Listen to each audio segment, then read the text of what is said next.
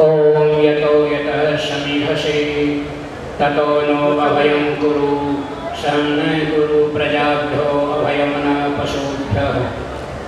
आज के इस गुरु परिचय सम्मेलन के अध्यक्ष मेरे दीक्षा परंपरा में मेरे दादा गुरु सदैव स्वामी विवेकानंद जी सरस्वती, हम सब में वयोवृद्ध आर्य विद्वान आर्य सन्यासी सदैव पूज्य स्वामी धर्मानंद जी सरस्वती जो अनेकों संस्थाओं के संचालक और संस्थापक हैं, हमारी सार्वदेशिक सभा के प्रधान आदरणीय पूज्य स्वामी आर्यवेश जी, हमारे सार्वदेशिक के महामंत्री आदरणीय प्रोफेसर विठलराव जी, समादरणीय सन्यास वृंद, आचार्य वृंद, पवित्र छात्र छात्रा का आगंतुक भाई और बहनों, देखिए ये गुरुकुल परिचय सम्मेलन है। इसमें मैं भी थोड़ा अपना परिचय देना चाहता हूँ।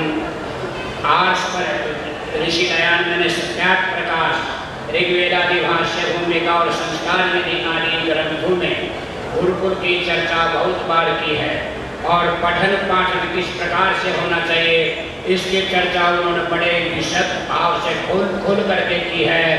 तो ये तो उन्होंने अपने ग्रंथों में लिखा, पर इसके अनुरूप उन्होंने गुरुकुल बनाने की कोशिश भी की और 2 गुरुकुल ऋषि दयानंद ने अपने जीवन काल में बनाए, परंतु भद्रपुर उस समय आर्य समाज का प्रचार प्रसार इतना नहीं हो पाया था और ऋषि को अनेक कार्य करने थे, कई शास्त्रार्थ करना था, कई ग्रंथ लिखने थे, कई और अनेकों कार्यों में सामाजिक, कई गो हत्या के लिए हजारों हस्ताक्षर करवाए। तो इस प्रकार से वो कार्यक्रम लगे रहते थे, तो योग्य व्यक्तियों के अभाव में संस्था नहीं चल पाई। पर इन पंक्तियों को पढ़ करके जो ऋषि दयानंद सत्यार्थ प्रकाश के तीसरे समुदास में लिखा, इनको पढ़ करके गुरुकुल के इन बातों को पढ़ करके स्वामी श्रद्धानंद जी ने पहला गुरुकुल गुजरावाला में खोला, वही गुरुकुल कांगड़ी आश्रम 1902 में आ गया और इस गुरुकुल की एक नहीं अनेकों शाखाएं कहाँ गुजरात तक और कहाँ आपके इधर पंजाब तक सब जगह फैल गई, हरियाणा और उत्तर प्रदेश आदि में। तो ये संस्था बढ़ती चलेगी गुरुकुल की परंपरा। और इसके साथ थोड़े दिन के बाद में स्वामी दर्शनानंद जी महाराज ने गुरुकुल महाविद्यालय ज्वालापुर खोला और जिसके अध्यापक उपाध्याय कुछ भी कहिए आचार्य रूप में गंगाधर शास्त्री हुआ करते थे, जो बाद में सुबोध तीर्थ के नाम से प्रसिद्ध हुए। ये सुबोध तीर्थ उदय प्रकाश जी के शिष्य थे और उदय प्रकाश ऋषि दयानंद के सहाध्यायी थे और ऋषि दयानंद और उदय प्रकाश गुरु बिरजानंद के शिष्य थे। तो हमारी परंपरा बिरजानंद जी से चली और बिरजानंद जी से चढ़ करके आचार्य राजेंद्र नाथ जी का संस्थापन थे, जिनका गुरुकुल गौतम नगर है। इसका असली नाम यदि पूछो तो दयानंद वेद विद्यालय है और वहाँ वेद पढ़ाया जाता है। और जब से मैं आया 1979 से अब तक 36 ब्रह्मचारियों ने यजुर्वेद और सामवेद को कंठस्थ करके सुनाया है। ये गुरुकुल के इतिहास में पहला ऐसा विद्यालय है जिसमें 36 विद्यार्थियों ने वेद याद किया हो।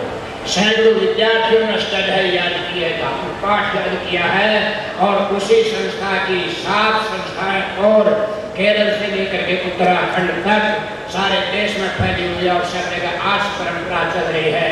तो भद्रपुर से हमारी 2 धाराएं चली गुरुकुल में। एक तो वो धारा जिसमें वेद व्याकरण दर्शन आर्ट परंपरा के साथ में आधुनिक विषय कांगड़ी की परंपरा है। एक वो धारा जिसमें केवल आर्ट ग्रंथों का अध्ययन हुआ, वो गुरुकुल गौतम नगर की परंपरा है। सन 1934 में स्थापित हुआ। उसके बाद दूसरे गुरुकुल सब बनते चले गए, चाहे वो पाणिनि महाविद्यालय वाराणसी का हो, चाहे वो चित्तौड़गढ़ का गुरुकुल हो, चाहे कोई और गुरुकुल हो, आज परंपरा गए वो सब उसके बाद बनते चले गए।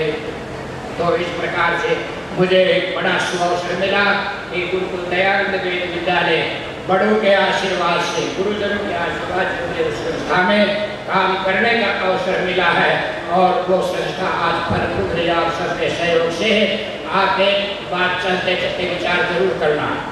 आर्य समाज के इतिहास से यदि आप गुरुकुलों का इतिहास अलग कर दें तो फिर आर्य समाज में बहुत कम ऐसी चीजें मिलेंगी इतिहास में तो समाज में तो काम कर सके। इसी गुरुकुल कांगड़ी को आप ले लीजिए, गुरुकुल कांगड़ी के श्राद्धों का जितना बड़ा योगदान समाज के सुधार में, पत्रकारिता में और समाज को आगे बढ़ाने में है।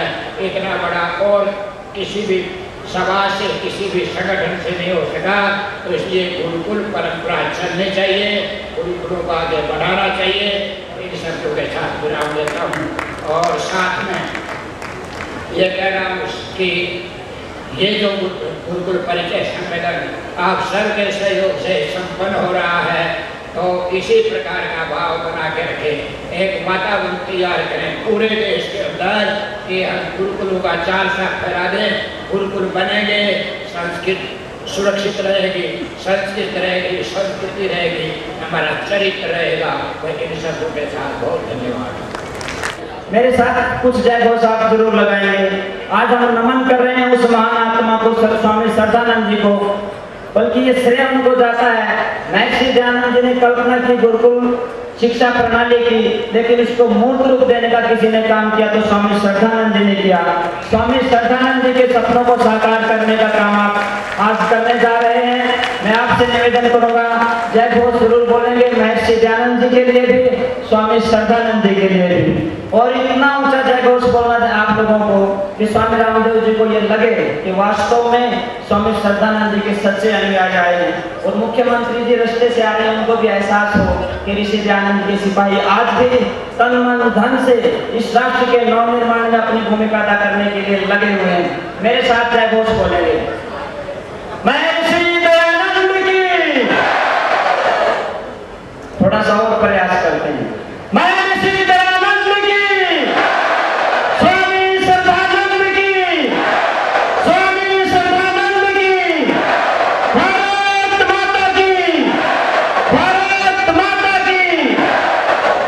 ये जोश, ये जज्बात, ये हौसला, ये समर्पण ये प्रदर्शित कर रहा है कि महर्षि दयानंद ने जिन सपनों को देखा था वो सपने निश्चित रूप से साकार होंगे। और स्वामी श्रद्धानंद जी ने जिन सपनों को देखा था वो साकार करने का समय आज आ गया है।